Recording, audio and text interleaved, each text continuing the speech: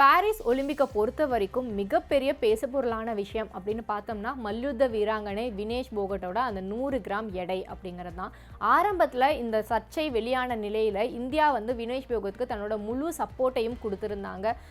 எங்களால் முடிஞ்ச எல்லாத்தையுமே நாங்கள் வினேஷ் போகட்டுக்காக செய்ய தயாராக இருக்கோம், நீதிமன்றத்தை நாடி அவங்களுக்கு வந்து நீதி பெற செய்யவும் வந்து இந்தியா வந்து எல்லா வகையிலையும் முயற்சி செய்யும் அப்படின்லாம் சொல்லியிருந்தாங்க.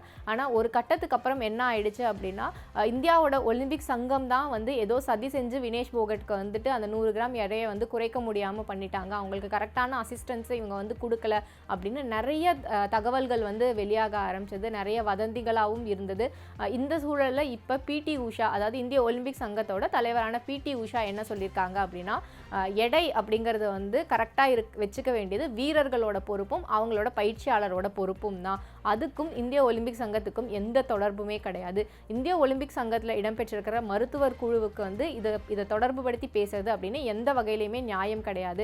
ஏன்னா வீரர்களும் அவங்களோட பயிற்சியாளர்களும் தான் அதை வந்து ஸ்ட்ரிக்டாக மானிட்டர் பண்ணிட்டு இருக்கணும். இந்திய ஒலிம்பிக் சங்கத்தோட மருத்துவர் குழு மற்ற வகையிலான, அதாவது இப்போ ஒரு வீரருக்கு காயம் ஏற்பட்டிருக்கு, இல்லைன்னா போட்டியின் போது அவங்க வந்து காயமடைகிறாங்க அப்படின்னா அதுக்கான அசிஸ்டன்ஸ் கொடுத்து அவங்களை எப்படி வந்து அதிலிருந்து மீள வைக்கிறது அப்படிங்கிற வேலை தான் செய்வாங்க. அவங்களுக்கான டயட் ப்ரிப்பேர் பண்ணி கொடுக்கறது, அதுக்கப்புறம் அவங்களுக்கான ஃபிசியோதெரப்பி வந்து அரேஞ்ச் பண்ணுறது, இதெல்லாம் தான் வந்து மருத்துவ குழுவோட வேலையாக இருக்குது. வெயிட் அப்படிங்கிறது வந்து வீரர்களோட முழு பொறுப்பு தான். அதுக்கும் மருத்துவ குழுவுக்கும் எந்த சம்மந்தமும் இல்லை.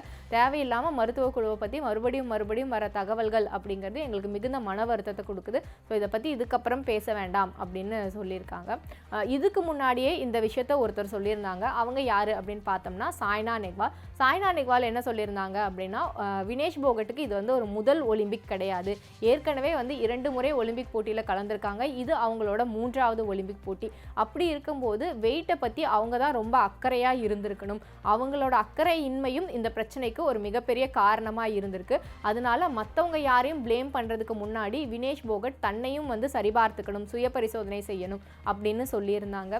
வினேஷ் போகட்டுக்கு இவ்வளோ நாட்களாக ஆதரவு குரல்கள் கொடுத்து வந்த பலரும் இப்போ அவங்களுக்கு எதிராக பேசிட்டு வராங்க அப்படின்னு ஒரு சர்ச்சை இப்போ சமூக வலைதளங்களில் உலா வந்துட்டு இருக்கு.